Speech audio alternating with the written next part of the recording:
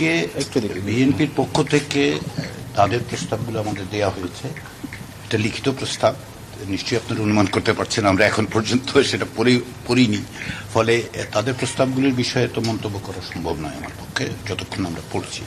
অন্যান্য যে সমস্ত সেগুলো অন্যান্য দলের পক্ষ থেকে আমরা প্রস্তাব পেয়েছি, সেগুলো আমরা পড়ব।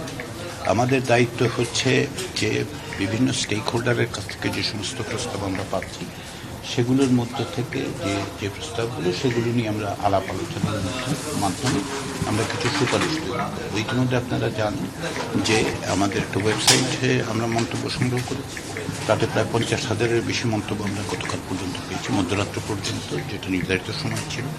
আমরা স্টেক হোল্ডারদের সাথে আলোচনাগুলো অব্যাহত রেখেছি।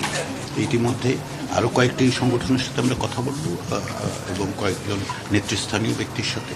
এর বাইরে যেটা আমরা আগামী সপ্তাহে থেকে অবশ্যই শুরু করব সেটা হচ্ছে একটা জরিপ, সারা বাংলাদেশে একটা জরিপ তৈরি করব, যাতে করে সমস্ত ধরনের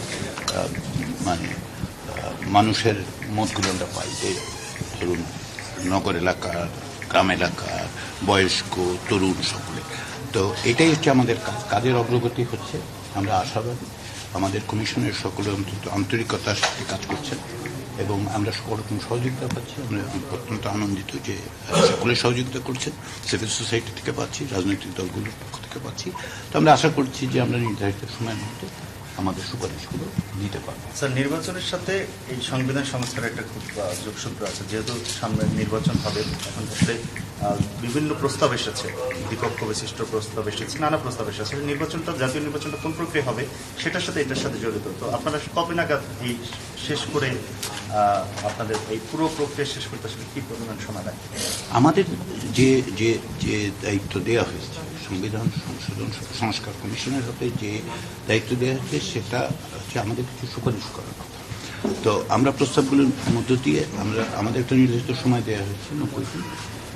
আমি যেটা বলি যে যেহেতু 6ই অক্টোবর এই কমিশনের যাত্রা শুরু হয়েছে, আমরা 5ই জানুয়ারি পর্যন্ত সময় পাবো এরকম আশা করছি, যদিও বলা হচ্ছে 30শে ডিসেম্বর পর্যন্ত। তো আমরা সেই প্রস্তাবগুলো দেব। তারপরে নির্বাচনের প্রক্রিয়াগুলো এক হচ্ছে যে নির্বাচন সংস্কার সংক্রান্ত একটা কমিশন আছে, তারা বলবে। আর এটা নির্বাচনের সিদ্ধান্তটা আসলে নেবে অন্তর্বর্তী সরকার। আমাদের ক্ষেত্রে শুধুমাত্র এই নির্বাচন তো না, সংবিধান তো কেবলমাত্র একটি নির্বাচনের বিষয়। আগামীকালের নির্বাচন, আগামী বছরের নির্বাচন, গত বছরের নির্বাচন। আমরা সংবিধানের মধ্যে যে সমস্ত নির্বাচন সংক্রান্ত যে প্রস্তাবগুলো, যে মতামতগুলো এসছে, সেগুলোর থেকেও আমরা সুপারিশ তৈরি করি। ফলে সুনির্দিষ্ট করে নির্বাচনের বিষয়টা কবে হবে, কী প্রক্রিয়া হবে, সেটা সরকার করতে হবে। এবং আমাদের পক্ষে, বিশেষ করে সংবিধান সংস্কার কমিশনের পক্ষে বলা সম্ভব। সংবিধান পুনর্লিখনের দাবি অনেকের পক্ষ থেকে আছে। এখন পর্যন্ত প্রস্তাবনা যদি আপনার মোটা দাগে দেখেন, তাহলে কি ধরনের প্রস্তাবগুলো আর কি বেশি এসেছে? সেক্ষেত্রে পুনর্লিখন বা সংশোধন, বিয়োজন, সেই বিষয়গুলো যদি একটু আলোকপাত করেন। 3রা নভেম্বর আমরা যে সাংবাদিক সম্মেলন করেছিলাম, সেখানে সংস্কারের পরিধি সম্পর্কে আমরা বলেছি। আমরা সবগুলোই দেখেছি, সংশোধন, সংযোজন, বিয়োজন, পুনর্লিখন, সকল কিছুই আছে। আমরা তো এখন স্টেক হোল্ডারদের সাথে কথা বললাম, তাদের লিখিত বক্তব্য আছে। সব লিখিত বক্তব্য কি আমরা পড়ে শেষ করতে পেরেছি? আমরা এখনো পারিনি, সঙ্গত কারণে বুঝতেই পারেন। তো সমস্ত রকম যে মতামতগুলো এসছে সেগুলো আমরা বিবেচনায় নেব। বিবেচনায় নিয়ে সেগুলির মাধ্যমে যেখানে যে ধরনের সুপারিশ করা দরকার, আমরা সেই সুপারিশগুলো। লিখিত কথা বললেন, আমাদের অংশীদারের সাথে আমরা আলোচনা করেছেন, সেই আলোচনায় আসলে সংস্কার নাকি পুনর্লিখনের বিষয়? দেখুন, সংস্কার কথাটার যে ব্যাখ্যা আমরা দিয়েছি, সের মধ্যে পুনর্লিখন আছে, সংযোজন আছে, বিয়োজন আছে, সংশোধন আছে, সবকিছু আছে। আমরা সংস্কারটাকে বড় অর্থে দেখছি আর কি, তাই না? শুধুমাত্র একটি কেবল সংযোজন হবে, কেবল বিয়োজন হবে, কেবল পুনর্লিখন হবে, আমরা তা বলছি না। আর আপনি যে প্রশ্নটা করেছেন যে আমরা কি শুনতে পাচ্ছি, বিভিন্ন মত শুনতে পাচ্ছি, পরস্পর বিরোধী মত তো আছে, তাই না? ফলে এক কথায় যদি আমি সারাংশ করতে চাই, তাহলে একটু বিপজ্জনক পরিস্থিতি তৈরি হবে। কারো কথা বলবো, কারো কথা বলবো না।